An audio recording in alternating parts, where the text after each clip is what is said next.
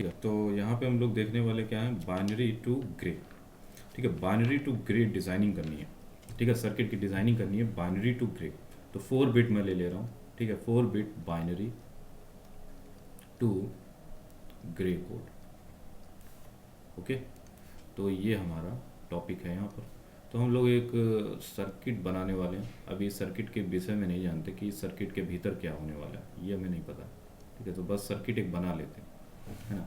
ये सर्किट हमने बना लिया और इसमें मैंने 4 बिट बाइनरी अप्लाई किया है, 1 2 3 एंड दिस इज़ द 4।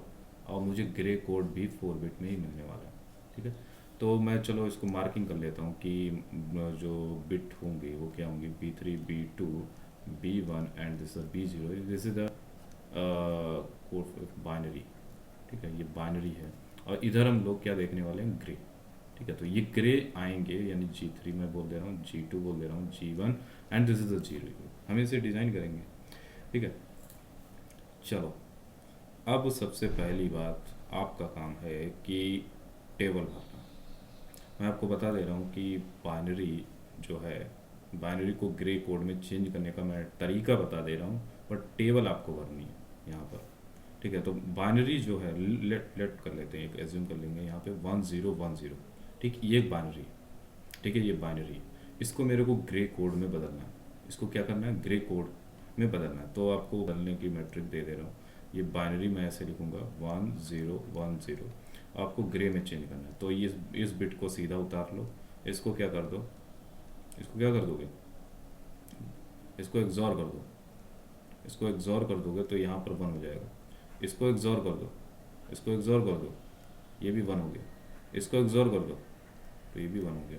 समझ में आ गई, समझ में आ गई, एग्जॉर करनी है। तो इसका हमें ग्रे कोड क्या मिल गया, 1111। ठीक है, अब मैंने जो कहा वो करना है आपको यहाँ पर। करने का मैंने यहाँ कहा कि जो है, जो B3 है, B2 B1 और B0 ये बाइनरी है। इधर ग्रे कोड होगा G3 G2 G1 and this is G0।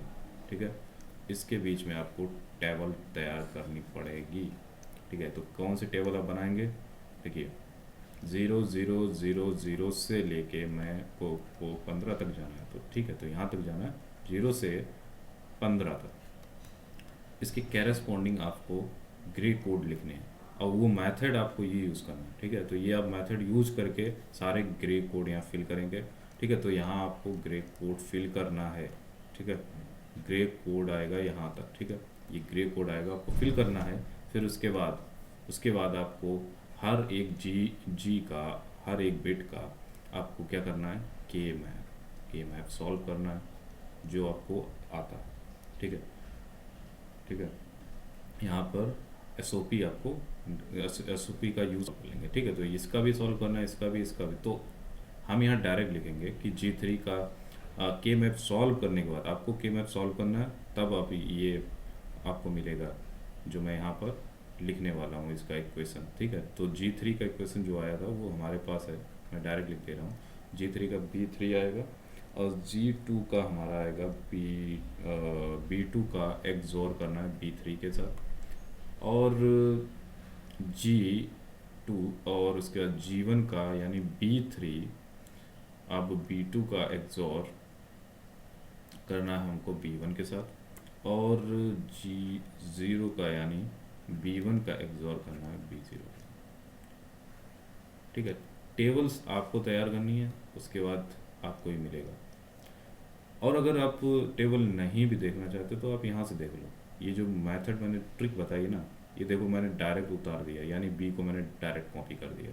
B3 था ये, देखो ये B3 तो था है, यहाँ पर B3 ही तो है। देखो ये B3 B2 B1 B0, तो B3 को मैंने डायरेक्ट यहाँ कॉपी कर दिया ग्रे।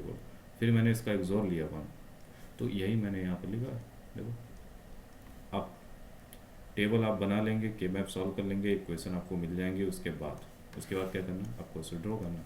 तो ड्रॉ करो इसको। कैसे ड्रॉ करेंगे, देखो ये ये ये ये एंड ये, ठीक, और 1 2 3 4, 1 2 3 4, ठीक है। ये क्या था, ये क्या था, B3 B2 B1 B0 Z3 Z2 Z1 Z0, direct. देखो ये डायरेक्ट था। इक्वेशन को देखो, ऊपर ऊपर इक्वेशन आपके पास लिखी है, G3 क्या था, B3 के बराबर।